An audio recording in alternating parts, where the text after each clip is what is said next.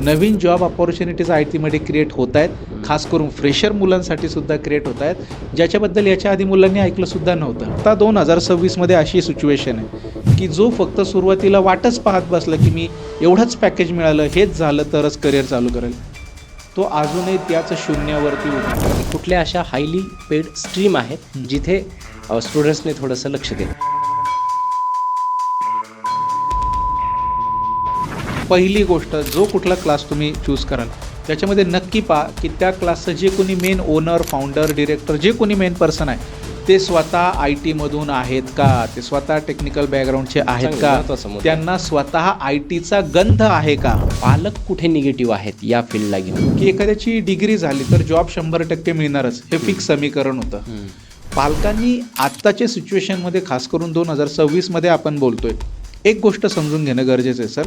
आजच्या जमान्यामध्ये फक्त डिग्रीवरती जॉब मिळत नाही. आय टीचं एक स्पेशलायझेशनचं ट्रेनिंग घेताना आपल्याला लॅपटॉपची गरज नक्की पडते. का पडते? कारण क्लासमध्ये तुम्ही शिकाल, प्रॅक्टिकली शिकाल, किंवा क्लासच्या मशीनवरती तुम्ही प्रॅक्टिसही कराल. पण आय टीमध्ये कन्सिस्टंट प्रॅक्टिस करणं गरजेचं आहे, घरी जाऊनही प्रॅक्टिस करणं गरजेचं आहे, जेणेकरून आपलं इंटरव्ह्यूमध्ये लवकरात लवकर सिलेक्शन होतं. कारण एवढंच मला सांगायचं की जर तुम्ही एक फ्रेशर स्टुडंट म्हणून हा विचार करता ना की मी माझा करिअर गॅप कसा तरी कवर करतो, काहीतरी फेक एक्सपिरियन्स करतो, तर त्या आय टी कंपनीचे जे कोणी एक्सपर्ट आहेत त्या फील्डचे, रिक्रुटमेंट टीम असेल वर जे कोणी आहेत, ते आपल्यापेक्षा 10 पट हुशार नक्कीच आहे, जिथं त्यांना हे कळतं की हा एक्सपिरियन्स खरा आहे की खोटा आहे.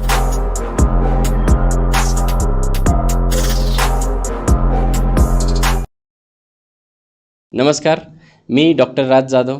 महाराष्ट्राच्या सर्वात समृद्ध मंचावरती तुम्हा सर्वांचं पुन्हा एकदा खूप खूप खूप स्वागत आहे. आज आपल्या मंचावरती जे गेस्ट आलेले आहेत, यापूर्वीही त्यांचा आपल्या मंचावरती पॉडकास्ट झाला आणि तो पॉडकास्ट लोकांसाठी इतका उपयुक्त ठरला की आम्हाला त्यांना पुन्हा या मंचावरती बोलवण्याशिवाय दुसरा पर्याय उरला नव्हता.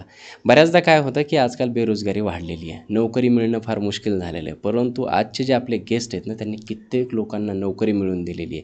मग ते खेड्यापाड्यातले गरीब समाजातील लोक असो किंवा हाऊसवाईफ असो, आफ्टर डिलिव्हरी लेडीज असोत, MPSC UPSC नंतर गॅप पडलेले असे कित्येक स्टुडंट आहेत जे डिप्रेशनमध्ये जाऊन पुन्हा कुठलाही जॉब करू शकत नव्हते. अशा लोकांनासुद्धा त्यांनी नोकरी मिळवून दिली आणि प्लेसमेंट्स खूप छान छान ठिकाणी. असा एक व्यक्ती जो लोकांना रोजगार नाही तर नोकरी उपलब्ध करून देतो आणि ते चांगल्या फील्डमध्ये, आय टी फील्डमध्ये. आजकाल प्रत्येकाला, म्हणजे जर मुलाचे किंवा मुलीचे आईवडील त्यांच्या दाम्पत्यासाठी जर जोडीदार पाहत असतील तर बोलतात पुण्यामध्ये असावं, त्याला IT जॉब असावं.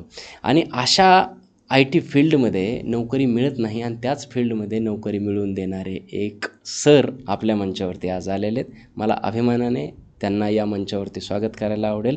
त्यांचं नाव आहे मिस्टर संदीप भुटारे सर. ते YES इन्फोटेकचे सर्वेसर्वा आहेत आणि IT कोचिंग सेक्टरमध्ये खूप दिवसापासून खूप चांगलं काम करत आहेत. मागचा त्यांचा पॉडकास्ट अत्यंत उपयुक्त ठरला होता. आजचाही तो पॉडकास्ट खूप उपयुक्त असेल, कारण आज आपण काय करणार आहोत, बऱ्याचदा आपण IT सेक्टरविषयी जाणून घेताना एक गोष्ट आपल्या लक्षात येत असते की पालक सेंट्रिक गोष्टी असतात. म्हणजे आपल्या मुलांनी IT सेक्टरकडे कशा पद्धतीने वळलं पाहिजे, त्यांना कुठल्या अडचणी येतात ते पालकांनाही समजावं आणि मुलांनी जे काही प्रॉब्लेम्स त्यांना IT सेक्टरमध्ये जॉब करताना येतात त्यांचं सोल्युशन कसं मिळवायचं हे तुम्हाला आजच्या पॉडकास्टमधून नक्की कळेल अशी खात्री देतो. जास्त वेळ घेत नाही, सरळ वळूयात आजचे आपले प्रेस्टिजियस गेस्ट मिस्टर संदीप यांच्याकडे आणि बघूयात आपल्याला आज नवीन कुठली माहिती ऐकायला मिळते. नमस्कार सर. नमस्कार. खूप स्वागत आहे राजमंचावरती पुन्हा एकदा. कसे आहात? मी मजेत आहे सर, आणि धन्यवाद तुमचे सुद्धा राजमंच या पूर्ण चॅनलचे. जसं सरांनी सांगितलं की खूप उपयुक्त माहिती राजमंच पॉडकास्टवरून सर्व महाराष्ट्रातील आपल्या जनतेला मिळत असते. त्यामुळे तुम्ही नक्की हा व्हिडिओ पूर्ण पाहिल्यानंतर सरांसाठी लाईक आणि सबस्क्राईब जरूर करा. धन्यवाद सर. आमच्या चॅनलला सबस्क्राईब करा म्हणलात तुम्ही. आपण सुरुवात करूयात, IT फील्डकडे वळूयात. आपण काय चालू आहे सध्या IT फील्डमध्ये? जॉब वाढत आहेत, कमी होत आहेत, मला एक थोडासा सिनारिओ क्लिअर केला की आपण मग एकदा IT सेक्टर काय आहे आणि सध्या परिस्थिती काय आहे त्याची सांगा, म्हणजे आपण तिकडे कसं वळायचं मुलांनी त्याच्याकडे येऊयात. सर, IT ची खरी परिस्थिती ही आहे की विनाकारणच खूप साऱ्या चुकीच्या गोष्टी लोकांच्या मनामध्ये भरवल्या जात आहेत. जसं की AI मुळे जॉब जातो आहे किंवा IT फील्डमध्ये ओव्हरऑलच नोकऱ्या नाही आहेत किंवा कॅम्पसमधनं प्लेसमेंट कमी झाली वगैरे.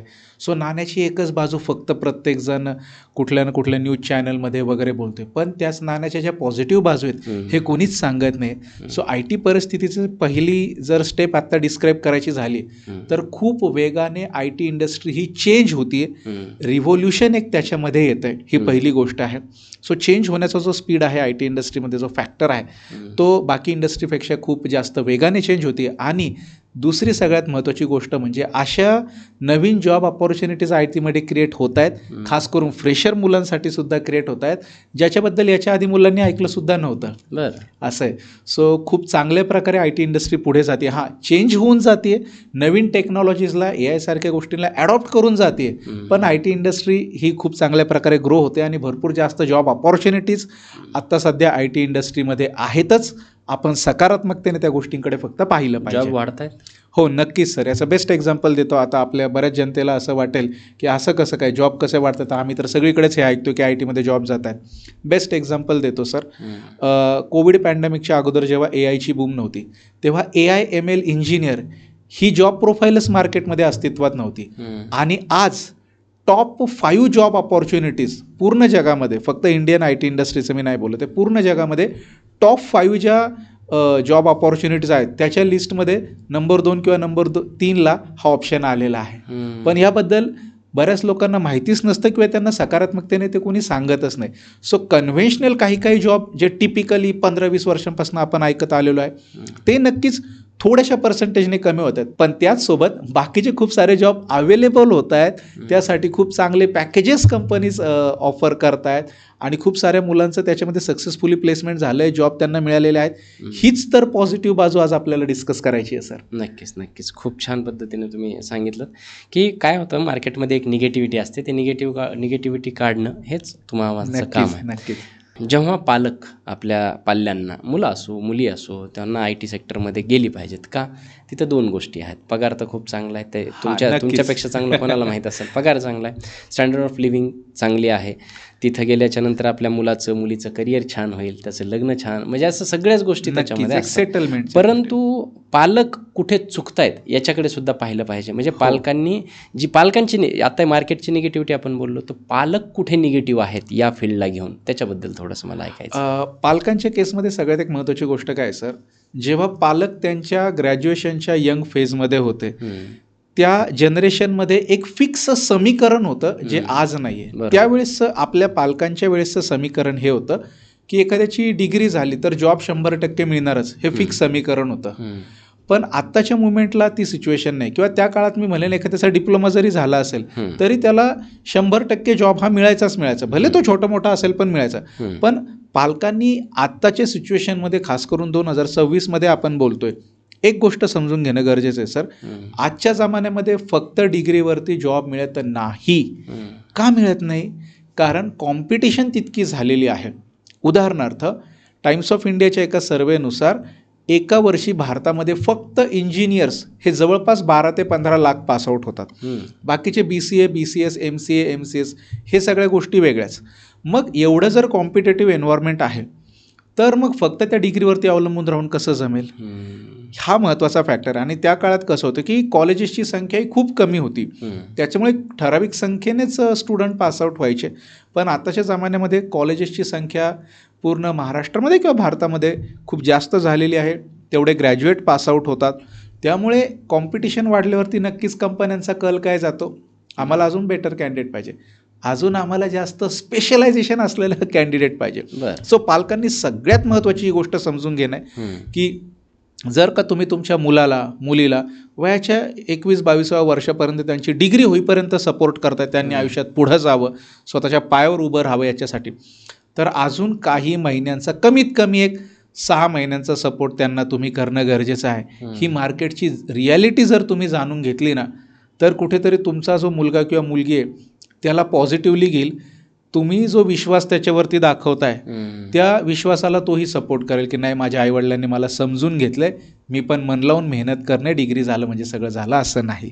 सो हा एक खूप महत्त्वाचा मुद्दा आहे सर, जो सर्व जर पालकांनी कुठेतरी इंडस्ट्री रिॲलिटीला धरून समजून घेतलं तर नक्कीच त्यांची मुलं लवकरात लवकर IT करिअरच्या दिशेने पुढे जातील आणि एका दुविधा मनस्थितीमध्ये मुलं राहणार नाही आणि पालकही राहणार नाही. बरं, म्हणजे आत्ता तुम्ही जे सांगितलं तर खूप सुंदर पद्धतीने इंजिनिअरिंग झाली आहे म्हणजे जॉब मिळेल असं विसरून नाही. जा. त्याच्यानंतर तुम्हाला काही स्पेशलाइज्ड कोर्सेस करावे लागतील जे तुम्ही हो. शिकवता. हो. तसे कोर्सेस केले तर जॉब मिळण्याची शक्यता खूप जास्त नक्कीच आहे. वाढते. हो हो. डिग्री झाली, आपण उदाहरण घेऊयात, एखाद्या मुलाची डिग्री झाली आणि त्याला 6 महिन्यामध्ये जॉब मिळवायचा आहे. हां पुण्यामध्ये आला, क्लासेस जॉईन केले, योग्य डायरेक्शन काय आहे, कशा पद्धतीने त्याने म्हणजे मला त्याला 6 महिन्यात जॉब मिळवण्यासाठी त्याचे पुढचे फुटस्टेप्स कसे असायला पाहिजेत? सर, याच प्रश्नाला थोडंसं मी ट्विस्ट करतो. हम्म. भूमी नावाची एक स्टुडंट आहे. कालच मी स्वतः तिचं अभिनंदन केलेलं आहे. डिग्री झाली, ग्रॅज्युएशनचा फायनल इयरचा पेपर दिला, अजून रिझल्टही यायचा आहे. 15 दिवसाच्या आत तिने तिचा पहिला IT MNC जॉब मिळवला सर. सो जर ठरवलंच तर या गोष्टीला 6 महिने पण लागणार नाही. कसं तर आयडियली जे स्पेशलायझेशन करण्याची जी सुरुवात आहे तर शक्यतो आयडियल करिअर ट्रॅक हा आहे की स्टुडंटने फर्स्ट इयरपासून सुरुवात केली पाहिजे. कशी? त्याचा ट्रॅक आहे की पहिली गोष्ट म्हणजे ठरवणे की कुठल्या टेक्नॉलॉजीमध्ये स्पेशलायझेशन करायचं. कारण IT ही जेनरिक फील्ड नाही. जसं की उदाहरणार्थ आपण स्वतः एक खूप नामवंत आणि खूप चांगले डॉक्टर आहात, तर जेव्हा आपण डॉक्टर म्हणतो तर त्याच्यामध्ये स्पेशलायझेशन आहे की समजा कानाचं नाकाचं एक सेपरेट डॉक्टर असेल, हार्ट स्पेशालिस्ट वेगळे असतील. लाईक हे स्पेशलायझेशन झाले त्या डॉक्टर या फील्डमधले. बरोबर. सिमिलरली एवढ्या मोठ्या IT इंडस्ट्रीमध्ये फक्त नॉर्मल डिग्री झालेला स्टुडंट नको आहे, प्रत्येक कंपनीला पाहिजे स्पेशलायझेशन. मग स्टुडंटने आधी ठरवणं आहे की बाबा माझा इंटरेस्ट कशामध्ये किंवा मार्केटमध्ये जॉब ऑपॉर्च्युनिटीज कशामध्ये, तर एक स्पेशलायझेशनची स्ट्रीम ठरवणे. मग त्या स्पेशलायझेशनच्या ज्या फक्त बेसिक गोष्टी आहेत तेवढ्याच फक्त फर्स्ट इयरला शिकायच्यात, कारण बाकीचा पण कॉलेजचा अभ्यास असतो. बरोबर. मग सेकंड इयरला गेल्यावर काय करायचं आहे की त्या टेक्नॉलॉजीच्या थोड्या ॲडव्हान्स गोष्टी शिकायच्या आहेत. आणि थर्ड इयरला तुमची डिग्री 3 वर्षाची असतो, BCA BCS सारखी किंवा इंजिनिअरिंग BTech सारखी 4 वर्षाची डिग्री असो. प्रत्येक युनिव्हर्सिटीमध्ये आजकाल इंटर्नशिप कंपल्सरी झालेली आहे. सो स्टुडंटला ऑफिशियली युनिव्हर्सिटी अलाउ करते की तुम्ही जा, रिअल टाईम प्रोजेक्टवरती काम करा रिअल टाईम इंडस्ट्रीमध्ये.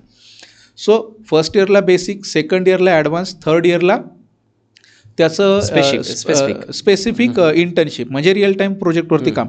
अशी प्रोफाईल घेऊन जर एखादा स्टुडंट बाहेर पडला तर त्याला ग्रॅज्युएशन नंतर ज्या बाकीच्या चांगल्या कंपन्या आहेत, जसं मी काल नावासहित उदाहरण दिलं, भूमी नावाचे आमचे स्टुडंट आहेत. सो ग्रॅज्युएशन नंतर फक्त 15 दिवसातच कल्याणी नगर IT पार्क सारख्या MNC मध्ये जॉब मिळाला सर. मी स्वतः अभिनंदन केलं, खूप छान वाटलं.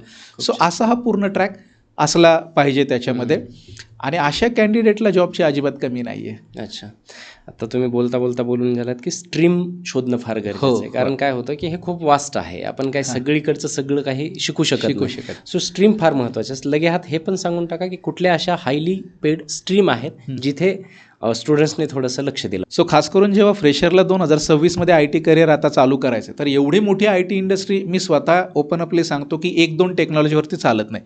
पण कुठली स्ट्रीम, कुठला technical IT career track select करायचा याचे 2-3 पॅरामीटर आहेत जेणेकरून फ्रेशरला लवकरात लवकर IT जॉब मिळेल. तर पहिली गोष्ट असं की जी कुठली टेक्नॉलॉजी मी शिकतोय त्याच्यामध्ये मार्केटमध्ये जॉब ऑपॉर्च्युनिटीज पण तितक्या भरपूर पाहिजे. कारण गरजेचं नाही की प्रत्येक स्टुडंट पहिल्याच इंटरव्ह्यूमध्ये सिलेक्ट होईल, त्याला 2, 4, 6 इंटरव्ह्यू कॉल्स तरी भेटले पाहिजेत, तेवढ्या ऑपॉर्च्युनिटी पाहिजेत. ही पहिली गोष्ट. दुसरी गोष्ट, त्या टेक्नॉलॉजीला फ्युचर स्कोप पाहिजे. असं नाही की मी आज शिकलो 2 वर्षांनी मला परत ती टेक्नॉलॉजीज बदलून अजून काहीतरी वेगळं करायला लागतंय. आणि तिसरी गोष्ट, त्याच्यामध्ये सॅलरी ग्रोथ पाहिजे.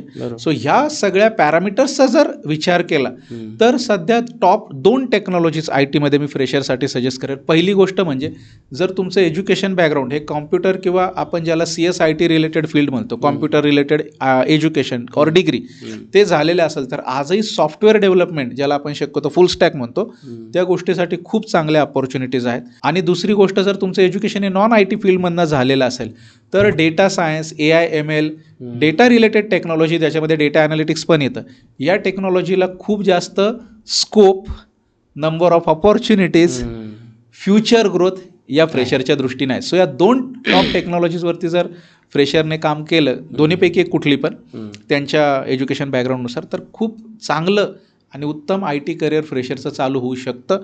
खूप साऱ्या विद्यार्थ्यांचं झालेलं आहे. ओके, की पुण्यामध्ये एखादा व्यक्ती आला, त्याने क्लासेस जॉईन केले, 6 महिन्याचे वगैरे क्लासेस असतात त्याच्यामध्ये. याच्यामध्ये ना पालकांसाठी पण हा फार मोठा प्रश्न असतो. मुलगा पुण्याला येतो, वडिलांना फोन करतो की मला कम्प्युटर पाहिजे किंवा चांगला मोबाईल पाहिजे. हे मी पाहिलं माझ्या आजूबाजूला सुद्धा. त्या मुलाला कम्प्युटर आणि मोबाईलची कितपत गरज असते, आणि जर गरज असते तर त्याचं कॉन्फिगरेशन सुद्धा सांगितलं पाहिजे. पालकांना सुद्धा अगदी महत्त्वाचं राहील. याच्यामध्ये सर मुलांना आणि पालकांना मला सांगायचं आहे की यस, IT-चं एक स्पेशलायझेशनचं ट्रेनिंग घेताना आपल्याला लॅपटॉपची गरज नक्की पडते. का पडते? कारण क्लासमध्ये तुम्ही शिकाल, प्रॅक्टिकली शिकाल किंवा क्लासच्या मशीनवरती तुम्ही प्रॅक्टिसही कराल, पण IT-मध्ये कन्सिस्टंट प्रॅक्टिस करणं गरजेचं आहे, घरी जाऊनही प्रॅक्टिस करणं गरजेचं आहे, जेणेकरून आपल्या इंटरव्ह्यूमध्ये लवकरात लवकर सिलेक्शन होतं. त्याच्यामुळे यस, लॅपटॉपची गरज तुम्हाला आहे, पण एक असा लॅपटॉपचा टाईप आहे जो बऱ्याच साऱ्या स्टुडंट्सला माहितीच नाही आहे. सो नवीन लॅपटॉप घेऊन, आजकाल 70-80 हजाराच्या कमी कुठलाही नवीन लॅपटॉप येत नाही. सो नवीन लॅपटॉप घेऊ नका. मार्केटमध्ये रिफर्बिश लॅपटॉप्स जे कॉर्पोरेट कंपन्यांमध्ये रियूज झालेले असतात किंवा यूज झालेले असतात, त्याला रिफर्बिश व्यवस्थितपणे केलं जातं. सो रिफर्बिश लॅपटॉप घ्या. त्याच्यामध्ये कॉन्फिगरेशन पण तुम्हाला खूप छान मिळतं. जरा एक वापरायला रफ अँड टफ चांगले ते लॅपटॉप असतात, आणि एक लाईफ पण त्या लॅपटॉपचं चांगलं, आणि सगळ्यात महत्त्वाचं कॉस्ट खूप कमी पडते. रिफर्बिश्ड लॅपटॉप, मी परत एकदा सांगतो, जर कोणाला लिहून घ्यायचं असेल तर रिफर्बिश्ड लॅपटॉप्स तुम्ही नक्की घ्या. खूप कमी किमतीत ते मिळतात. त्याचं जे कॉन्फिगरेशन आहे आत्ताच्या मोमेंटला, जर समजा तुम्ही लॅपटॉप घेताय तर आपण असा विचार करू की इथपासून पुढचे येणारे ॲटलिस्ट एक 6-7 वर्ष तरी तो आपल्याला व्यवस्थित टिकला पण पाहिजे. तर कमीत कमी i5चं लेटेस्ट जनरेशन, कमीत कमी i5 लेटेस्ट जनरेशन टॉप एंडवालं, किंवा मग i7 वगैरे घेतलं तर चालेल. पण त्यातल्या त्यात i3च्या जनरेशन प्रोसेसर जो आहे त्या जनरेशनला शक्यतो आता जाऊ नका. मिनिमम i5 प्रोसेसर, त्याच्यामध्ये त्यातल्या त्यात लेटेस्ट जर एडिशन असेल तर चांगलीच गोष्ट आहे. SSD हार्ड डिस्क अराउंड, आपल्याला कोडिंगच्याच गोष्टी करायच्यात तर अगदी रेअर केसमध्ये 128 GB SSD पण पुरेसे होऊन जाते, नसेल तर 256 सफिशियंट आहे. एवढे कॉन्फिगरेशन सफिशियंट आहे. आणि दुसरी गोष्ट तुम्ही म्हटलं सर मोबाईल, तर मी सांगेल की आता आजकाल सगळ्यांना स्मार्टफोनचं युग आहे. प्रत्येकाला आपल्याला इन्स्टा, यूट्यूब हे कशा ना कशासाठी तरी लागतच असतं. तर सिम्पलवाला स्मार्टफोन घ्या. त्या स्मार्टफोनमध्ये मोबाईलची गरज नक्की आहे. कशासाठी? घरी प्रॅक्टिस करायला तुम्ही वायफाय वगैरे सेपरेट कुठे घेणार, त्याच्याच हॉटस्पॉटने आपण हे करणार आहे. पण महागड्या स्मार्टफोनच्या नादाला अजिबात लागू नका. महागडा स्मार्टफोन अजिबात एक्सपेक्टेड नाही. नॉर्मल स्मार्टफोन सिम्पलवाला चालेल. ओके. त्याच्यामुळं मुलांनी पण आपल्या पालकांचे जे पैसे आहेत ते विनाकारण ज्या गोष्टी गरजेच्याच नाही आहेत त्याच्यामध्ये वाया नाही घालवले पाहिजे. महागडं हे सगळं तुम्ही घ्या कधी स्वतःच्या जीवावरती, स्वतःचा पहिला IT करिअर चालू झाल्यावरती, पण पालकांच्याकडून तरी आपण त्या गोष्टी सध्या नको अपेक्षित करायला. म्हणजे पालकांनाही मला सांगायला आवडेल की मुलाने जर कम्प्युटर, मोबाईल मागितलं लागतं, परंतु ते महागडं नाही, एक साधं जेवढं काम जमेल तेवढं पालकांचा आहे आणि मुलांचा दोघांचाही प्रश्न सॉल्व्ह झाला. दुसरं म्हणजे काय आहे की सुरुवात आपण जेव्हा करतो की बऱ्याचदा असं असतं की इथे 2 टाईपचे क्लासेस आहेत. ऑनलाईन तर आजकाल सगळीकडेच काही होतं, म्हणजे ऑनलाईन लोक शांती वगैरे सुद्धा करायला लागली. ऑनलाईन क्लासेस सुद्धा असतीलच मार्केटमध्ये. तर मला ऑफलाईन क्लासेसच केले पाहिजेत का, की ऑनलाईन क्लासेस करून सुद्धा माझं काम भागू शकतं? सर याच्यामध्ये कसं आहे, क्लासच्या मोडचा जास्त फरक नाही पडत, पण त्या क्लासमध्ये तुम्हाला रिअल टाईम प्रॅक्टिकली किती शिकवलं जातं आहे या गोष्टीने खूप जास्त फरक पडतो. जसं की मी थोडंसं डिटेलमध्ये याला सांगतो की आता ऑनलाईनमध्ये बऱ्याच विद्यार्थ्यांचा किंवा पालकांचा असा गैरसमज होऊ शकतो. तर ऑनलाईनमध्ये 2 स्पेसिफिक गोष्टी थोड्या डिटेलमध्ये सांगतो. जसं की एखादा प्लॅटफॉर्म आहे कुठलाही, त्याच्यावरती फक्त प्री रेकॉर्डेड सेशन आहे, जसं की यूट्यूब. तिथे व्हिडिओज आहेत, सेशन आहे, सगळं आहे, पण कसं आहे प्री रेकॉर्डेड आहे. ते आहे 1 वे लर्निंग, म्हणजे फक्त एखाद्या माणसाने शिकवण्याच्या गोष्टी रेकॉर्ड करून ठेवलेल्या आहेत, त्याच तुम्ही रिपीट पाहायच्या आणि शिकायच्या. तर हा अप्रोच आपल्या मुलांना अजिबात कामाला येत नाही सर. याचं सिम्पल रिझन सांगतो. आपण ग्रॅज्युएशन करताना एक 20-22 वर्ष आपलं वय झालेलं आहे. आपलं ओव्हरऑल जे शिक्षण झालं आहे, समजा 1ली ते 12वी 12 वर्ष, त्याच्यानंतर ग्रॅज्युएशनचे 3 ते 4 वर्ष, जवळपास 15 ते 16 वर्ष. 15 ते 16 वर्ष आपल्या ब्रेनला जो शिकण्याचा पॅटर्न डेव्हलप झाला आहे तो शाळेमध्ये, कॉलेजमध्ये असा आहे की कुणी एखादे टीचर, प्रोफेसर आपल्याला समोर प्रॅक्टिकली ते शिकवतात ॲज अ ह्युमन. आणि शिकताना आपण आपले डाऊट क्वेरीज त्यांच्याकडून समोरासमोर आन्सर करून घेतो आणि एक माणूस म्हणून आपण त्यांच्यासमोर सोबत कनेक्ट करतो. अगदी हा आपल्या ब्रेनचा पॅटर्न डेव्हलप झालेला आहे मागच्या 15-16 वर्षांपासून, आणि तो पॅटर्न चेंज करून आपण डायरेक्टली ब्रेनला सांगतो की वन वे व्हिडिओ आहेत, तू शिक. ब्रेनला ते कसं झेपेल. पण मेन मुद्दा काय होतो की काही स्टुडंट्सला ओव्हर कॉन्फिडन्स असतो की कशाला हे सगळ्याची गरज आहे, यूट्यूबवरनं शिकतो. खरंच सर पाहिलं आहे, वाईट वाटतं. 2-2 वर्ष मुलांचा वेळ वाया जातो आणि तो त्यांचा करिअर गॅप होतो. सो ऑनलाईनच्या बाबतीमध्ये प्री रेकॉर्डेड सेशन्सने या गोष्टी होत नाहीत. बरं, मी म्हणतो की जो 60 जणांची आपली बॅच आहे त्याच्यातले जे टॉपर 2-3 स्टुडंट आहेत, कदाचित त्यांचं तेवढं ग्रास्पिंग चांगलं असेलही, ओके, आणि ते शिकतील. पण फक्त शिकणं हे उद्देश नाही आहे ना. त्याच्यानंतर आपल्याला डेडिकेटेड प्लेसमेंट्स पण भेटल्या पाहिजेत, इंटरव्ह्यू कॉल्स पण भेटले पाहिजेत. कुठलाही ऑनलाईन प्लॅटफॉर्म, यूट्यूब असेल किंवा कुठलंही, तुम्हाला डेडिकेटेड जॉब कॉल्स नाही देणार, तुमच्या याच्यावरती प्लेसमेंट्सवरती काम नाही करणार आहे, इंटरव्ह्यू शेड्यूल नाही करणार आहे, राईट. तुम्ही यूट्यूबला कुठलाही असा ईमेल नाही टाकू शकत की माझं जरा इंटरव्ह्यू कुठे अरेंज होते का बा. त्याच्यामुळं इन्स्टिट्यूटची गरज पडते. आणि ऑनलाईन मोडमध्ये जर लाईव्ह आपण शिकतो, जिथे ट्रेनर, जसं की लाईव्ह कॉल असतो आपला, तसं लाईव्ह ट्रेनर जॉईन झालेले आहेत.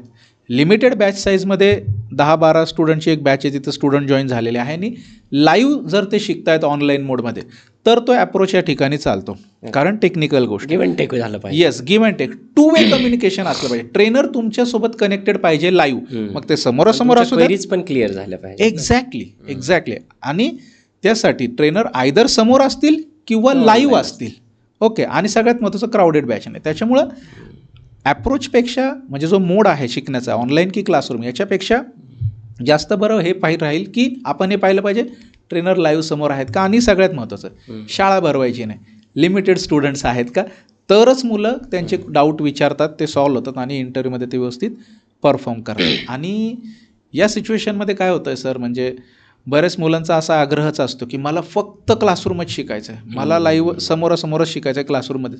मग ते एखाद्या त्यांच्या तालुक्यामध्ये किंवा जिल्ह्यामध्ये एखादं लोकल इन्स्टिट्यूट पकडतात. शिकण्याबद्दल अजिबातच वाद नाही. मी असं म्हणत नाही की ITची टेक्नॉलॉजी एखादं काय कोणी कमी जास्त फरकाने शिकू शकतो, पण मुलं हे विसरतात की फक्त शिकणं हा उद्देशच नाही आहे.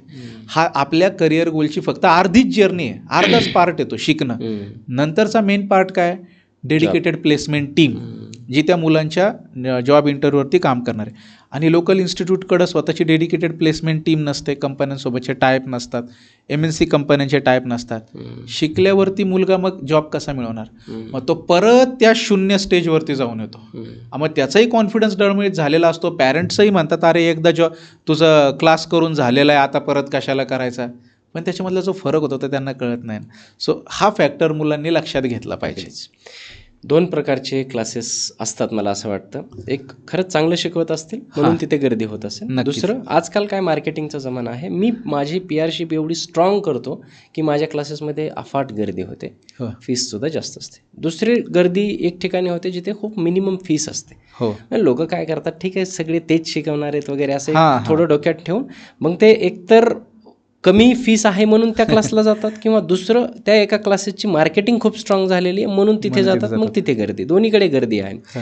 हे क्लासेसची जी काही सायकोलॉजी म्हणू शकतो, किंवा आपण ही जी काही इकोसिस्टम आहे ती कशा पद्धतीने हँडल केली पाहिजे, किंवा रेड फ्लॅग ग्रीन फ्लॅग याच्यामध्ये क्लासेसमध्ये स्टुडंट्सने किंवा पालकांनी कसे ओळखले पाहिजे. तुमचं म्हणणं खूप बरोबर आहे सर. बऱ्याच ठिकाणी स्टुडंट्स काय करतात की 10-12 हजाराने फी कमी आहे ना, मी तिथे जातो, ठीक आहे काही प्रॉब्लेम नाही. मग तिथे गेल्यावरती होतं काय, पहिली गोष्ट त्याला असं वाटतं माझं कॉलेज अजून संपलेलंच नाही. कॉलेजमध्ये तरी बरं होतं, 50-60 जणांची बॅच होती, इकडेही 50-60 जणांची आहे, ऑनलाईनमध्ये असेल तर 100-1 जणांची आहे.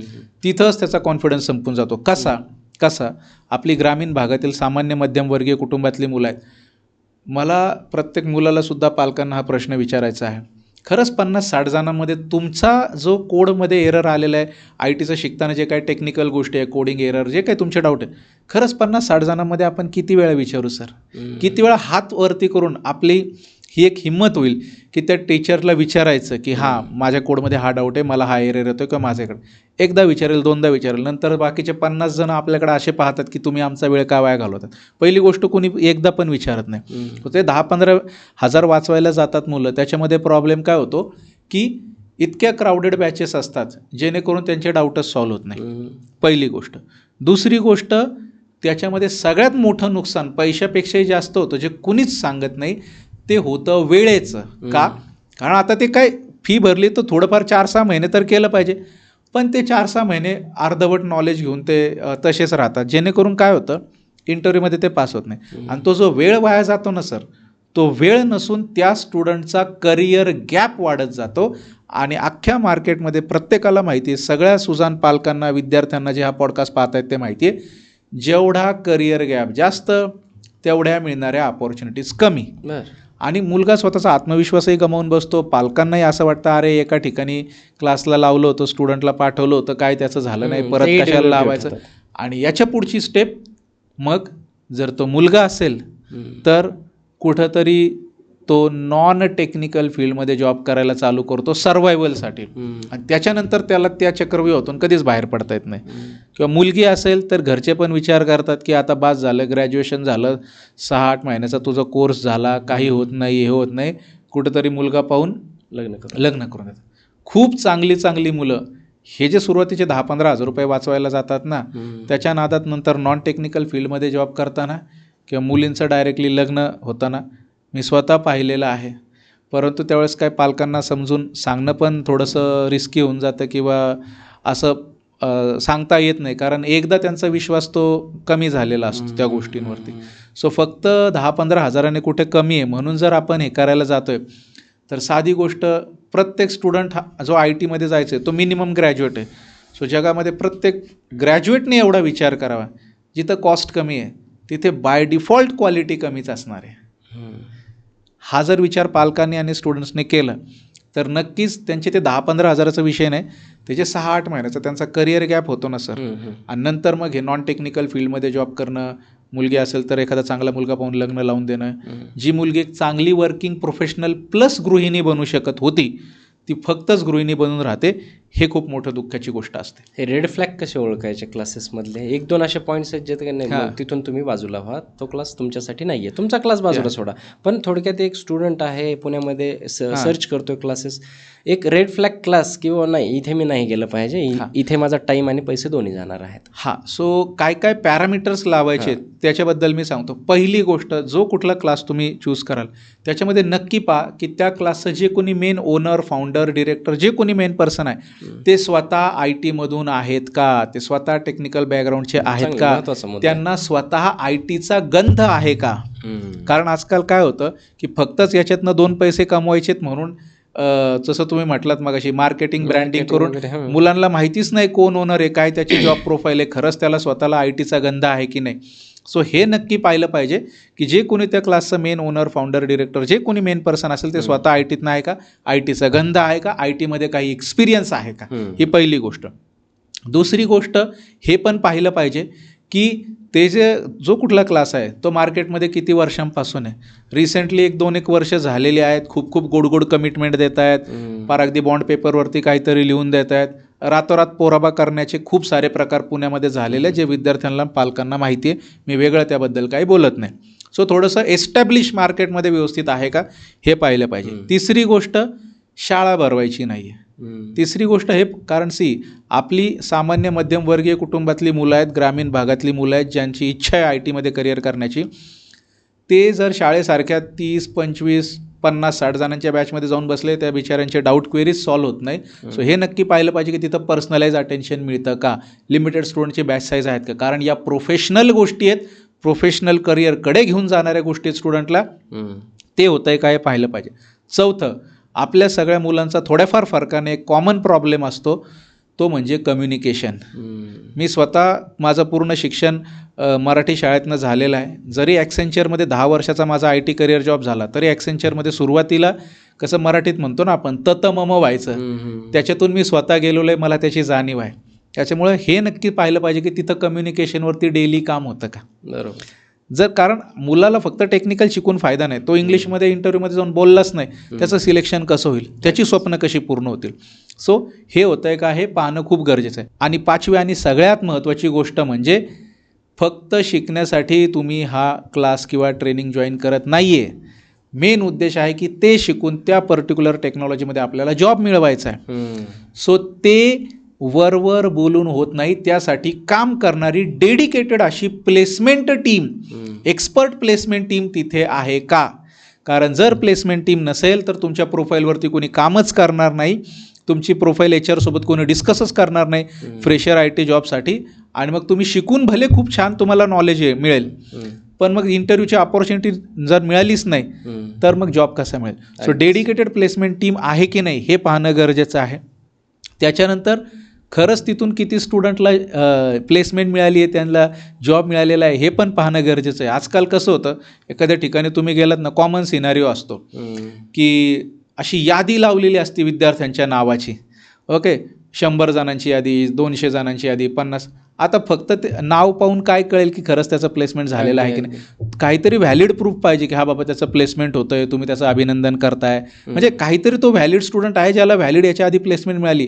ही व्हॅलिडिटी पण चेक करणं खरंच गरजेचं आहे. सो हे जर पॉईंट स्टुडंटने नीट चेक केले ना तर ते नक्कीच हे डिसाईड करू शकतील की बाबा त्यांनी कुठल्या क्लाससोबत स्वतःचं स्पेशलायझेशन करायचं आहे. व्हेरीफाय आणि व्हॅलिडेट केले ना तर तो नक्कीच हे ठरू शकतो की त्याला कुठल्या इन्स्टिट्यूटसोबत स्पेशलायझेशन करायचं आहे, जेणेकरून त्याला IT करिअर स्वतःचं चालू करता येणार. अगदीच, खूप छान. आता तुम्ही जसं बोललात की गुड कम्युनिकेशन शिवाय HR प्लेसमेंट देऊ शकत नाही तुम्हाला. कम्युनिकेशनचा सर्वात मोठा फॅक्टर असतो लँग्वेज. नक्कीच. आणि लँग्वेज चा बॅरियर सगळ्यात मोठा मराठी मुलांसाठी आहे इंग्लिश. इंग्लिशचा किती परिणाम होतो या इंडस्ट्रीमध्ये जॉब मिळवताना सर किंवा जॉब करताना? इंग्लिश हे IT इंडस्ट्रीमध्ये खरंच गरजेचं आहे, पण त्यासाठी घाबरून नाही जायचं. ते इम्प्रूव्ह कसं करायचं हे पण मी सांगणार आहे. गरजेचं काय ते समजून घेऊ. IT इंडस्ट्रीमध्ये जे क्लायंट्स आहेत, ज्यांच्यासोबत तुम्ही डेली काम करणार आहात, डेली, ते इंडियन नाही आहेत. 99% ते फॉरेन कंट्रीचे क्लायंट्स आहेत. US आहे, UKचा आहे. IT मध्ये झोन्स आहेत, US एक झोन आहे, UK आहे. त्याच्यानंतर युरोपचा एक रिजन येतो, ऑस्ट्रेलिया रिजन येतो, न्यूझीलंड वगैरे, हे सगळे रिजन्स त्याच्यामध्ये आहेत. सो आपले जे क्लायंट्स आहेत ज्यांच्यासोबत आपण काम करतोय तेच फॉरेनचे आहेत. मग त्याच्यामध्ये आपण मराठी जाऊ दे, हिंदीमध्ये पण बोलू शकत नाही. त्याच्यामुळे डे टू डे काम, तुमची डेली मीटिंग, तुम्ही काय टेक्निकल काम करताय, कामाचा रिपोर्ट काय, त्याच्यामध्ये चॅलेंजेस येतात, या सगळ्या गोष्टी आपल्याला, मी म्हणत नाही की खूप हायफाय इंग्लिश पाहिजे, पण तो क्लायंट काय म्हणतोय.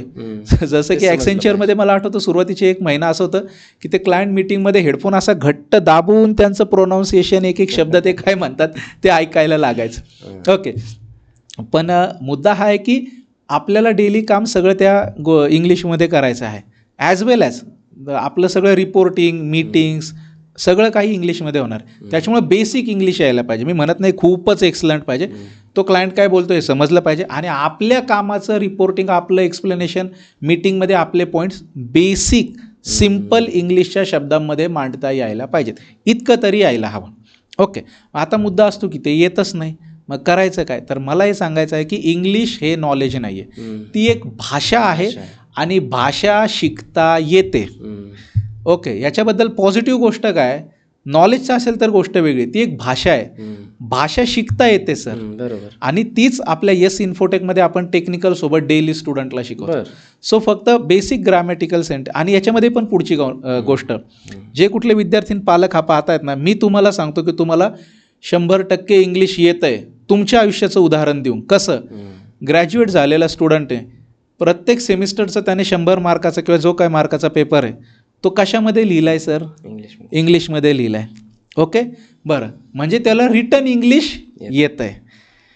त्याने सगळे त्याचे मेन जे स्टडी आहे ग्रॅज्युएशनचं, तो कुठल्या लँग्वेजमध्ये केलेला आहे, त्याची बुक्स कुठल्या लँग्वेजमध्ये होते, इंग्लिश. म्हणजे त्याला रीडिंग करून समजतंय. पण म्हणजे तुम्हाला इंग्लिश रीडिंग येते, तुम्हाला इंग्लिश रायटिंगही येतं आहे, फक्त स्पीकिंग इंग्लिशवरती काम करायचं आहे. असं नाही की इंग्लिशच येत नाही, ते येत आहे, बोलण्याचं शिकणं आहे, ते प्रॅक्टिस नाहीच येतं. एक्झॅक्टली. सो येस, इंग्लिश तर इम्पॉर्टंट आहे आणि ते शिकता येतं, घाबरण्याची गरज नाही, कारण ती फक्त एक भाषा आहे, नॉलेज नाही. ओके, आपण एक सायकोलॉजी समजून घेऊयात. HR किंवा जे रिक्रुटर असतात, जे जॉब देतात, त्यांची एकदा सायकोलॉजी लक्षात आली की मला ॲज अ स्टुडंट मला काय स्वतःमध्ये प्रोग्रेस करायचं आहे, डेव्हलपमेंट करायची आहे, ते लक्षात येते.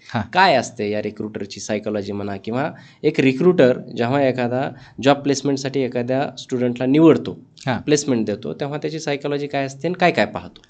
सर बऱ्याच स्टुडंट्सला आजही असं वाटतं की इंटरव्ह्यू ही रिजेक्ट करण्याचीच प्रोसेस आहे.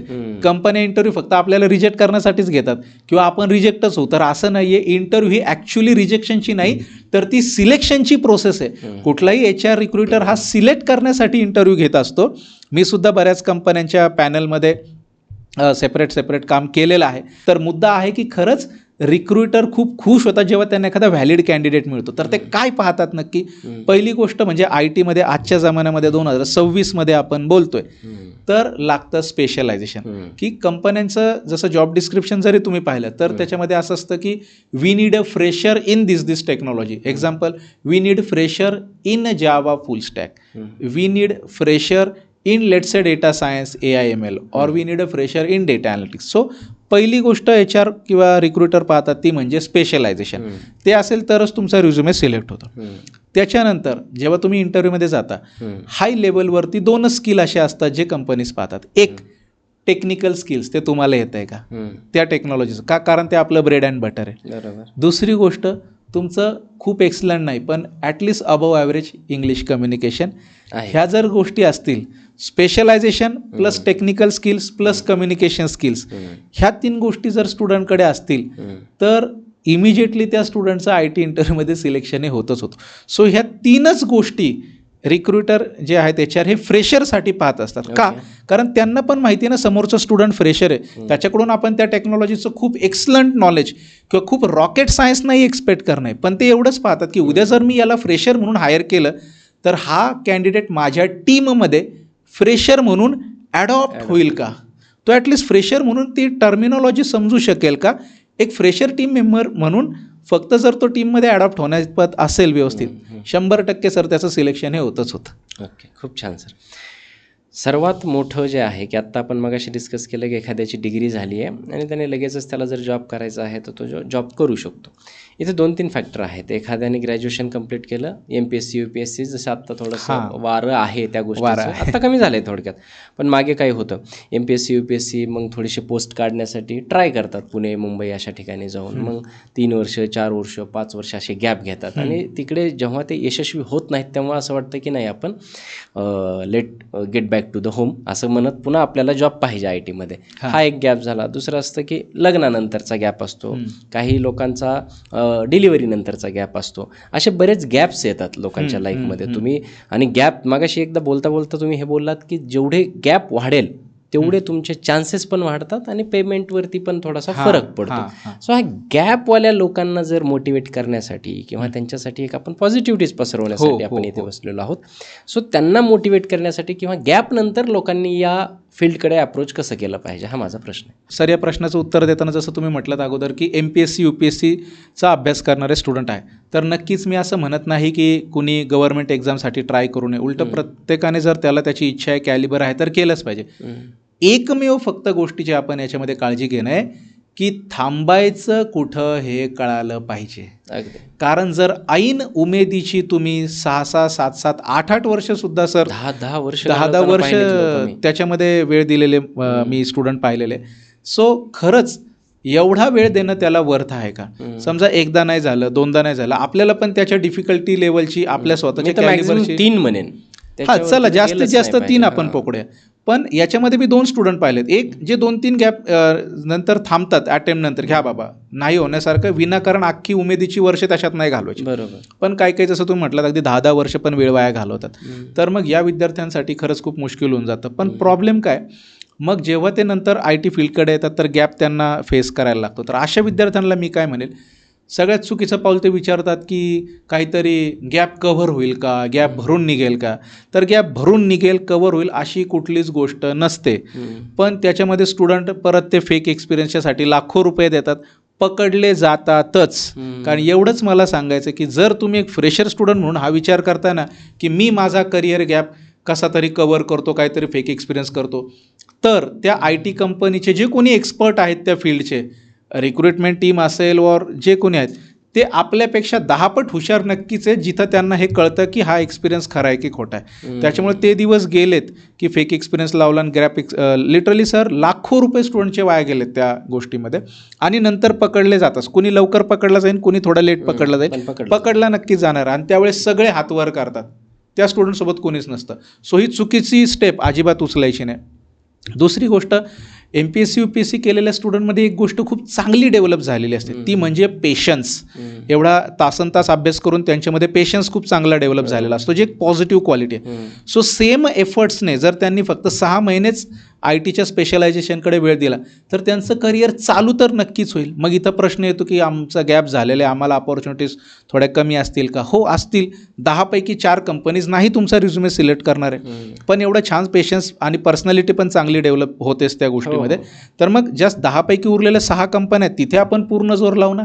तिथल्या कुठल्या ना कुठल्या तरी आपल्या एखाद्या कंपनीमध्ये सिलेक्शन होणारच आहे. आणि ITचा साधा रूल आहे, एकदा तुमची सुरुवात झाली, तुमचा एक्सपिरियन्स वाढत गेला की तो एक्सपिरियन्स तुम्हाला पुढची ग्रोथ देतो. त्याच्यामुळे सुरुवात करणं महत्त्वाचं आहे पॉझिटिव्ह माइंडसेटने. ही एक गोष्ट याच्यामध्ये आहे. हे झालं MPSC UPSC बद्दल. आता ज्या हाऊसवाईफ्स आहेत, आफ्टर डिलिव्हरी आहे, त्यांचा सुद्धा एक वेगळा गॅप पडतो त्या ह्याच्यामधून. सो त्यांच्यासाठी कशा पद्धतीने आपण सांगू शकतो? सर, कसं आहे की आजकाल खूप साऱ्या IT कंपन्यांचे, खास करून ज्या लेडीज आहेत ज्यांचा प्रेग्नन्सीमुळे किंवा याच्यामुळे गॅप झालेला आहे, तर असे डेडिकेटेड चांगल्या कंपन्यांचे डेडिकेटेड प्रोग्राम्स आहेत जिथे टेक्निकल बॅकग्राऊंड असलेल्या लेडीजला ते या गॅप नंतर, जो की नॅचरल आहे, त्याच्यानंतर IT करिअर चालू करण्यासाठी मोटिवेट करतात. त्यांचे सेपरेट प्रोग्राम्स असतात जिथं त्यांच्यासाठी सेपरेट हायरिंगसुद्धा केलं जातं. असे आणि खूप छान छान नावंसुद्धा त्याला दिली जातात. सो फक्त एकच रिक्वायरमेंट काय आहे कंपन्यांची की ठीक आहे, या नॅचरल गोष्टी त्या कंपनीला पण माहिती आहे, त्या कंपनीज पण याच जगात काम करतात ना, त्यांना माहिती नाही असं तर नाही. मुद्दा आहे की कंपन्यांचं एकच एक्सपेक्टेशन असतं, ठीक आहे, ज्या गोष्टीमुळे गॅप झाला ते झाला, सध्या इंडस्ट्रीमध्ये लेटेस्ट काय लागतंय ते नॉलेज तुम्ही घ्या आणि नॉलेज सहित या, आम्ही तुम्हाला हायर करू. Real world knowledge. सो ते जर का त्यांनी घेतलं तर कंपन्या मोटिवेट करतात डेडिकेटेड प्रोग्राम्स थ्रू. आणि त्यासाठी काही डेडिकेटेड हायरिंगसुद्धा सेपरेटली होत असतात. कारण कसं आहे, या लेडीजमध्ये सुद्धा अगेन पेशन्स नावाची गोष्ट खूप चांगली डेव्हलप झालेली असते. आणि हा पेशन्स हा IT मध्ये काम करताना सुद्धा लागतोच. ओके, संयम खूप असतो. सो कंपन्यांना पण ते माहीत आहे ना, फक्त टेक्निकल स्किल्सची जोड त्याला देणं गरजेचं आहे. आणि ज्या कुठल्या हाऊसवाईफ हा प्रोग्राम आता पाहत आहेत, हा व्हिडिओ पाहत आहेत, त्यांना मला एकच सांगायचं की ठीक आहे, आता शिकणं गरजेचं आहे ना, तर अजून जास्त तरी त्याला डिले करू नका. ओके, अजून जास्त वेळ वाया घालवण्यात काय अर्थ आहे?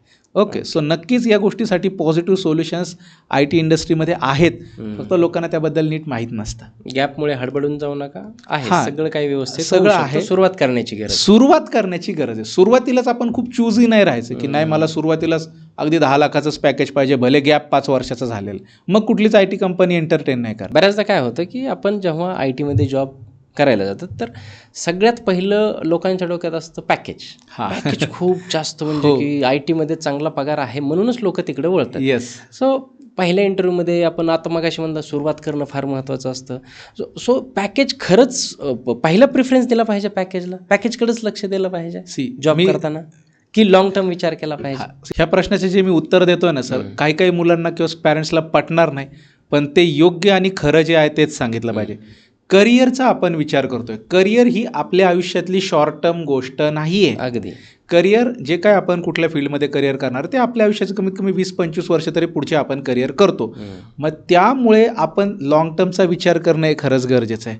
आणि जेव्हा फ्रेशर म्हणून आपण करिअर चालू करतोय तेव्हा आपण पॅकेजबद्दल खूप जास्त चूजी राहण्यापेक्षा की मला एवढंच पॅकेज पाहिजे असं चूजी राहण्यापेक्षा आपण जर हा विचार केला की मला पॅकेज भेटणार कशाने आहे, करिअरमध्ये ग्रोथ कशाने मिळणार आहे, तर ती एक्सपिरियन्सने मिळणार आहे. सो मी हा फोकस ठेवतो की भले माझं पॅकेज सध्या ॲव्हरेज असू दे, काय प्रॉब्लेम नाही, पण मला जर एक्सपिरियन्स मिळतो आहे, मी सुशिक्षित बेरोजगार म्हणून घरी बसण्यापेक्षा जर माझा व्हॅलिड फील्डमध्ये एक्सपिरियन्स चालू होतोय तर मला माहिती आहे 1 वर्ष एक्सपिरियन्स नंतर मला एवढी ग्रोथ मिळणार आहे, 2 वर्ष एक्सपिरियन्स नंतर मला एवढी ग्रोथ मिळणार आहे. सो एका बेसिक पॅकेजने जरी मी सुरुवात केली पण एक्सपिरियन्स घेणं लवकरात लवकर चालू केलं तर त्या केसमध्ये एक्सपिरियन्सची व्हॅल्यू जास्त आहे. आणि सिम्पल गुगल जरी आपण केलं की समजा 2 years 3 year experience package in Pune, let's say in Java full stack और let's say in data science, data analytics, या प्रश्नाचं उत्तर प्रत्येक पॅरेंट्सला स्टुडंट्सला तिथल्या तिथे मिळेल. पण त्या फील्डमध्ये एक्सपिरियन्स घेण्याची सुरुवात करणं खरंच खूप गरजेचं आहे. सो ती वाली गोष्ट आहे. मी एक उदाहरण याच्यामध्ये सांगेल सर. एकाच कॉलेजचे 2 स्टुडंट्स होते, मित्र होते, सेम बॅचचे पासआउट होते ते. साधारण 2024चं त्यांचं पासआउट होतं, आता 26मध्ये आपण बोलतोय. आणि एक जो स्टुडंट होता त्यातला, त्याचे आईवडील शिक्षक होते, त्याच्यामुळे नॅचरली घरात शिक्षणाबद्दल वातावरण थोडंसं पॉझिटिव्ह होतं. आणि एकाचे आईवडील जे आहेत ते सामान्य मध्यमवर्गीय कुटुंबातले, एक MIDCमध्ये सिम्पलचं काम त्याचे वडील करायचे, आई गृहिणी होती वगैरे, असं त्याने शिक्षणही केलं. पण मित्र दोघं चांगले होते. तर दोन्ही पासआउट झाल्यावर हा जो चांगल्या घरातला मुलगा होता आणि तो अभ्यासातही हुशार होता, टॉपर्स असायचं, टॉपर 3-4 टॉपर्स सुरुवातीच्या टॉप स्टुडंटमध्ये तो असायचा. तर मग त्याने काय केलं की नाही, तो प्रत्येक कंपनीला रिजेक्ट करत जायचा, मला एवढंच पॅकेज पाहिजे तरच मी जाईल, तरच मी इंटरव्ह्यूला जाईल. आणि असं करत करत आता जवळपास त्याची 1.5-2 वर्ष वाया गेली. पण जो ॲव्हरेज स्टुडंट्स होता त्याला माहिती होतं की बाबा घरच्यांनी कसं बसं मला शिक्षण दिलं आहे, डिग्रीपर्यंत शिकवलं, त्याच्यानंतरची जबाबदारी आपली. सो त्याने खूप बेसिक पॅकेजमध्ये सुरुवात केली. व्हॅलिड फील्डमध्ये एक्सपिरियन्स त्याचा बिल्ड झाला. आत्ता 2026मध्ये अशी सिच्युएशन आहे की जो फक्त सुरुवातीला वाटच पाहत बसला की मी एवढंच पॅकेज मिळालं, हेच झालं तरच करिअर चालू करेल, तो अजूनही त्याच शून्यावरती उभा आहे. लिटरली फ्रस्ट्रेशनमध्ये तो गेलेला आहे, डिप्रेशनमध्ये वगैरे. आणि ज्याने सुरुवात केली होती त्याला जवळपास त्याचा 2 वर्ष एक्सपिरियन्स कंप्लीट झाला. त्या बेसिसवरती खूप चांगलं पॅकेज त्याने मार्केटमध्ये मिळवलेलं आहे. आणि हे पाहून तो पहिला स्टुडंट, त्याला त्याचे आईवडील जे स्वतः शिक्षक आहेत ते घेऊन एक काउन्सिलिंग त्याचं करण्यासाठी माझ्याकडे आले होते हेड ऑफिसला पुण्यामध्ये. सो त्याला त्या डिप्रेशनमधनं बाहेर काढण्यासाठी जवळपास मला 1 तास लागला. हे म्हणजे याच्यातून आपण समजून घेणं आहे की ITमध्ये व्हॅल्यू एक्सपिरियन्सला आहे. मी स्वतः सांगतो, या पॉडकास्टवरती ऑफिशियली सांगतो, तुम्ही पॅकेजबद्दल चूजी नक्की राहा. कधी 2 इयर्स एक्सपिरियन्स नंतर, 3 इयर एक्सपिरियन्स नंतर, तेव्हा तुम्ही हक्काने कंपनीला सांगा की बॉस आता मी काय कमी ॲक्सेप्ट करणार नाही, माझा 2 ते 3 वर्षाचा या फील्डमधला एक्सपिरियन्स आहे. त्याच्या व्हॅलिड रेंज, किती रेंजमध्ये ते पॅकेज जातं हे गुगलवरती पण आहे. तुम्ही ती स्टेज तुमच्या लाईफमध्ये पण येणार आहे, पण ती लवकरात लवकर आणण्यासाठी तुम्ही एक्सपिरियन्स घेण्याची सुरुवात करणं गरजेचं आहे सर.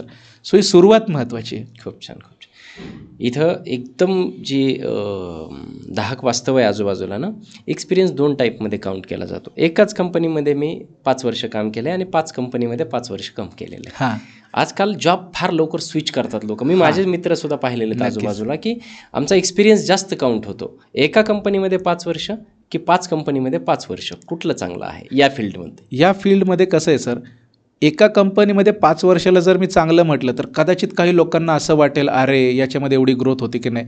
माझं स्वतःचं ॲक्सेंचरमध्येच 10 वर्षाचं IT करिअर झालेलं आहे आणि इतकी छान ग्रोथ मला तिथे मिळालेली होती. सो हा फॅक्टर पूर्णपणे डिपेंड करतो की त्या कंपनीमध्ये कुठल्या प्रोजेक्टवरती तुम्ही काम करताय, कुठल्या डोमेनवरती काम करताय, त्या डोमेनमध्ये, त्या प्रोजेक्टमध्ये तुमचा ग्रोथ फॅक्टर किती. आपण हे सगळं कशासाठी करतोय? ग्रोथसाठी करतो. सो याचं प्रामाणिक आन्सर हे की यस, आपण ग्रोथ फॅक्टरकडे पाहिलं पाहिजे. पण याची जी दुसरी बाजू आहे की अगदीच 5 वर्षात 5 कंपनी तुम्ही चेंज केल्या आणि बाकीच्यांचं जाऊ द्या. मी जर स्वतः तिथं इंटरव्ह्यू पॅनलमध्ये असेल ना, तो रिझ्युमेच मी रिजेक्ट करेल. कारण एवढी सततच आपण म्हणतो ना, मंकी जम्पिंग याला म्हणतात IT इंडस्ट्रीमध्ये, हे आजकाल कुठल्या कंपनीला नको आहे sir. They don't need monkey jumping. यासाठी कंपनीज काय करतात, इंटरनली पण खूप छान ग्रोथ देतात. जेणेकरून मी पाहिलेलं आहे की 10-10, 15-15, 20-20 वर्ष अगदी बेसिक लेवलपासून सुरुवात करून रिजनल हेडपर्यंत लोक आजकाल गेलेले आहेत, जी ग्रोथ त्यांना बाहेरच्या कंपनीमध्ये किती स्विच केलं असलं तरी नसती मिळाली. ओके, सो थोडंसं मंकी जम्पिंग अगदीच आपलं होतं आहे, जेणेकरून आपला जो रिझ्युमे आहे तो त्याचा निगेटिव्ह इम्पॅक्ट पडतोय. हे पण आपण अवॉइड केलं पाहिजे. ओके, म्हणजे अशा उड्या मारल्या नाही पाहिजे, सतत नाही मारल्या, पण ग्रोथ फॅक्टरकडे लक्ष दिलं पाहिजे. अगदी. येस, बऱ्याचदा काय होतं की ITची एक भुरळ पडलेली आहे सगळीकडे. प्रत्येकाला असं वाटतं की मला सुद्धा ITमध्ये जॉब करायला आवडेल, परंतु ज्याचं IT बॅकग्राऊंड आहे त्यांच्यासाठी ते इझी आहे. परंतु आपण विचार करूयात की नॉन IT बॅकग्राऊंड, जसे की सायन्सचे नॉन IT किंवा मग कॉमर्स असेल, आर्ट्स असेल किंवा अगदी फार्मसी वगैरे केलेली मुलं सुद्धा खूप जास्त आहेत. आज त्यांना MR सारखं जॉब करत पळावं लागतं इकडे. सो या सगळ्यांसाठी ITमध्ये जॉब आहे? नक्की सर. आर्ट्सचे स्टुडंट्स, कॉमर्सचे स्टुडंट्स, इवन फार्मसीचे स्टुडंट्ससुद्धा भरपूर जास्त डेडिकेटेड कंपनीज आहेत फार्मा इंडस्ट्रीतल्या, ज्या त्या सॉफ्टवेअर्सवरती काम करतात. तर मग कसं, तर याच्यामध्ये मेन चूक काय होते स्टुडंटची, जे नॉन IT बॅकग्राऊंडचे आहेत ना, त्यांना ते कुठल्याचे तरी ऐकण्यात खूप जास्त येतात. सो असे कुठले करिअर रोल आहेत ज्याच्यामध्ये आर्ट्स माझं बॅकग्राऊंड आहे, तर ITतला असा कुठला जॉब रोल आहे त्याचं स्पेशलायझेशन जर मी केलं तर माझा रिझ्युमे लवकर सिलेक्ट होईल ना, नॅचरली मला जास्त इंटरव्ह्यूच्या ऑपॉर्च्युनिटी मिळतील आणि माझं करिअर चालू होईल. Same with the commerce. Sir खूप साऱ्या कंपनी अशा आहेत ज्या फायनान्स डोमेनमध्ये काम करतात, ज्यांचे सॉफ्टवेअरचे पर्टिक्युलरली फायनान्स डोमेनमध्ये असतात. त्या आय टी कंपनीज हायरिंग करताना फक्त कॉमर्स डोमेनच्या स्टुडंट्सला आय टीमध्ये हायर करतात. का? कारण त्या फायनान्स रिलेटेड ज्या बेसिक कन्सेप्ट आहेत ते कॉमर्सचे स्टुडंट शिकलेले असतात त्यांच्या ग्रॅज्युएशनमध्ये.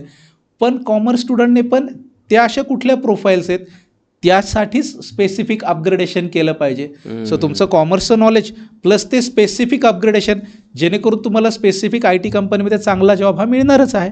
आणि फार्मसीचे तर बऱ्याच स्टुडंटला असं वाटतं सर फार्मसी आणि आय टी हा तर खूप वेगळ्या वेगळ्या गोष्टी आहेत, यांचा काय संबंध आहे किंवा कसं काय फार्मसीच्या स्टुडंटला आय टीमध्ये जॉब मिळेल. तर याचं मी एक्झाम्पल सांगतो स्टुडंटला थोडं डिटेलमध्ये.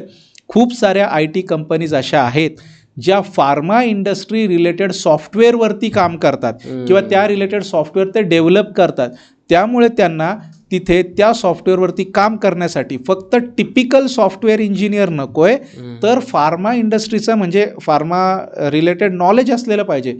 आणि खूप चांगल्या पॅकेजेसवरती ते फार्मा बॅकग्राऊंडचे स्टुडंटचं त्यांच्या कंपनीमध्ये आय टी डोमेनमध्ये काम करण्यासाठी सिलेक्शन करतात. फक्त मुद्दा तोच आहे की आपण काय केलं पाहिजे की या एज्युकेशन बॅकग्राऊंडला अनुसार मग ती जॉब प्रोफाईल कुठली आहे जेणेकरून मला चांगलं पॅकेज मिळणार आहे. लिटरली सर 4-4, 5-5 लाखाचे सुद्धा डायरेक्टली पॅकेज देणाऱ्या फार्मा इंडस्ट्रीज आहेत, pharma software related I T companies आहेत ज्या फार्मसी बॅकग्राऊंडला चांगलं पॅकेजही ऑफर करतात किंवा त्याच्यामध्ये ग्रोथही खूप छान असते. फक्त आपण काय केलं पाहिजे, सगळ्याचा एक बेसिक स्टार्टिंग पॉईंट एकच आहे, आपल्या त्या एज्युकेशन बॅकग्राऊंडला अनुसरून असलेल्या आय टी प्रोफाईलमध्ये जर आपण स्पेशलायझेशन केलं तर मग हा आपला जो करिअर ट्रॅक आहे तो सुरळीतपणे पुढे जाणार आहे. शेवटचा प्रश्न सर, की याच्यामध्ये आता काय होतं की असे विद्यार्थी घेऊयात जे मागच्या वर्षी पासआउट झालेले आहेत, आयदर ते फायनल इयरला आहेत किंवा आत्ता ते पासआउट होणार आहेत 2026मध्ये. अशा स्टुडंट्सला पटकन जॉब मिळवण्यासाठी अगदी 6 महिने 7 महिन्यामध्ये मला चांगला जॉब मिळाला पाहिजे, काय पावलं उचलायला पाहिजेत त्यांनी? सगळ्यात पहिली गोष्ट म्हणजे हे ठरवणं आहे की कुठल्या टेक्नॉलॉजीमध्ये स्पेशलायझेशन करायचं. मी स्पेशलायझेशनवरती एवढा भर का देतोय सर, जेनरिक हायरिंग होतच नाही आजकाल. फक्त तुमची डिग्री झाली, डझंट मॅटर, 15 लाख तर इंजिनियर फक्त इंडियात एका वर्षी पासआउट होतं. सो कॉम्पिटिशन खूप जास्त आहे. त्याच्यामुळं पहिली रिक्वायरमेंट कंपनीची आहे स्पेशलायझेशन. दुसरी गोष्ट जसं तुम्ही म्हटलं की जर मुलं आता 2026मध्ये पासआउट होणार आहेत किंवा जी आधीच्या वर्षी पासआउट झाली आहेत, तर एक गोष्ट मनापासून समजून घेणे माझी कळकळीची विनंती आपल्या सगळ्या विद्यार्थी मित्रांना आणि त्यांच्या पालकांना सुद्धा. ज्या दिवशी तुम्ही ग्रॅज्युएशनचा फायनल पेपर तुम्ही देणार आहात त्यानंतर येणारा 1 दिवस तुमच्या करिअरमध्ये गॅप म्हणून ॲड होणार आहे आणि हा गॅप आपण स्वतःहून आपल्या हाताने वाढवायचा नाही आहे. ही गोष्ट स्पेशलायझेशन चालू केल्यानंतर टेक्निकल स्किलची खूप चांगली प्रॅक्टिस, कारण कधी कधी असं होतं की 2 दिवसांमध्येच कंपनीचा इंटरव्ह्यू असा अपडेट आमच्या प्लेसमेंट टीमला येतं आणि लगेच कॅन्डिडेटचा इंटरव्ह्यू शेड्यूल करायला लागतं. मग आपण अगदीच त्या मोमेंटला प्रिपरेशन नाही करू शकत. सो अपग्रेडेशनची सुरुवात स्पेशलायझेशनची, त्यासोबत जे काही आपण शिकतो त्याची डेली कन्सिस्टंट प्रॅक्टिस. आणि तिसरी गोष्ट आहे इंग्लिश कम्युनिकेशनवरती कन्सिस्टंट इम्प्रूव्हमेंट. ह्या 3 गोष्टी जर फॉलो केल्या तर नक्कीच ग्रॅज्युएशन झाल्यानंतर एक 6 महिन्याच्या अराउंड एक चांगला आय टी जॉब हा फ्रेशर स्टुडंटला मिळतो. आणि कन्सिस्टन्सी आपण त्याच्यामध्ये ठेवली पाहिजे. छोट्या छोट्या गोष्टी आल्या, काही घरी छोटीशी पूजा आहे काय असेल लगेच घरी चाललो किंवा त्या गोष्टींमध्ये लक्ष गुंतवलं, इकडे दुर्लक्ष झालं, असं नाही करायचं. फोकस तो खूप जास्त महत्त्वाचा आहे. ही या सगळ्या स्टेप्स आहेत जर आता इमिजिएटली स्टुडंटला त्यांचं आय टी करिअर चालू करायचं असेल तर. खूप छान, खूप सुंदर सर. म्हणजे अगदी कुठले प्रश्न राहिले मला सुद्धा कळत नाही की आपण जसं बोललो की अगदी स्टुडंटने क्लास जॉईन करण्यापासून क्लासेसची सायकॉलॉजी, रिक्रुटरची सायकॉलॉजी, त्याच्यानंतर काय पाहिजे अगदी बेसिक मोबाईल लागतो का, कम्प्युटर लागतो का, याच्यापासून त्या सगळ्या प्रश्नाची उत्तरं सरांनी इतक्या उत्तमरित्या दिलेली आहेत की मी खूप हॅप्पी आहे आजच्या पॉडकास्टला घेऊन. आणि आम्ही हॅप्पी तेव्हाच होतो जेव्हा असं लक्षात येतं की या पॉडकास्टमुळे बऱ्याच लोकांच्या लाईफमध्ये व्हॅल्यू ॲड होईल आणि कुठे ना कुठे त्यांचं आयुष्य सुधारेल, तेव्हा आम्हाला सुद्धा तेवढाच जास्त आनंद होतो. तुम्हाला कसं वाटलं सर? हा खूपच छान सर, मला खूपच छान वाटलं की आज राजमंचच्या पूर्ण टीमने तुम्ही स्वतः मला इथे परत एकदा बोलवून महाराष्ट्रभरातील जे सगळे विद्यार्थी आहेत, त्यांचे पालक आहेत, त्यांच्यासोबत एक बोलण्याची, कनेक्ट करण्याची एक संधी मला दिली, याबद्दल तुमचे खूप आभार. आणि सगळ्या प्रेक्षक मित्रांना पुन्हा एकदा मला रिमाइंड करायचं आहे की राजमंचच्या माध्यमातून खरंच एक प्रत्येकाच्या आयुष्यामध्ये छोटे छोटे बदल होतील किंवा त्याला एक इम्पॉर्टंट ठरेल अशी चांगली माहिती, चांगलं नॉलेज वेगळ्या वेगळ्या व्यक्तींच्या मार्फत आपल्या सर्वांपर्यंत, महाराष्ट्रातील सगळ्या जनतेपर्यंत पोहोचवण्याचं काम आपले सर करत आहेत, राजमंचची पूर्ण टीम करत आहेत. त्यामुळे या आपल्या सरांच्या या कामाला आपण प्रोत्साहन म्हणून आपण त्यांच्या चॅनलला सबस्क्राईब, लाईक, कमेंट, या व्हिडिओवरती कसा वाटला हे सगळं जरूर करूया. कारण आपण सगळे चांगले माणसंच एकमेकांना पुढे घेऊन जाऊ शकतो आणि आपल्या स्वतःच्या आयुष्यामध्ये एक चांगला बदलसुद्धा घडवू शकतो. सो सर, तुमचे आणि राजमंचच्या पूर्ण टीमचे, माझ्या पूर्ण टीमला मला पुन्हा एकदा धन्यवाद म्हणायचं आहे. Thank you so much. आउटरोची स्क्रिप्ट माझ्या डोक्यात होती, जे मला बोलायचं होतं तेच सर बोलून गेले. तरीही सांगतो की पॉडकास्ट लाईक तर करायचं आहे, शेअर करायचं आहे, कारण आजूबाजूला आपल्या खूप मुलं आणि त्यांची पालकं आहेत. त्यांच्या आयुष्यामध्ये या पॉडकास्टमुळे खूप जास्त मदत होणार आहे. त्यांना एक राईट डायरेक्शन मिळणार आहे. कमेंट करा, जे तुम्हाला भावलं, नाही भावलं तरी कमेंट करा, कारण तुम्ही जेव्हा कमेंट करता त्या कमेंटच्या आधारेच आम्ही आमच्यामध्ये सुधारणा करून इथपर्यंत आलेलो आहोत आणि त्याच आधारे इथून पुढे सुद्धा जाणार आहोत. सर्वात महत्त्वाचं, सबस्क्राईब करा. खूप लोक पॉडकास्ट पाहतात परंतु सबस्क्राईब करत नाहीत.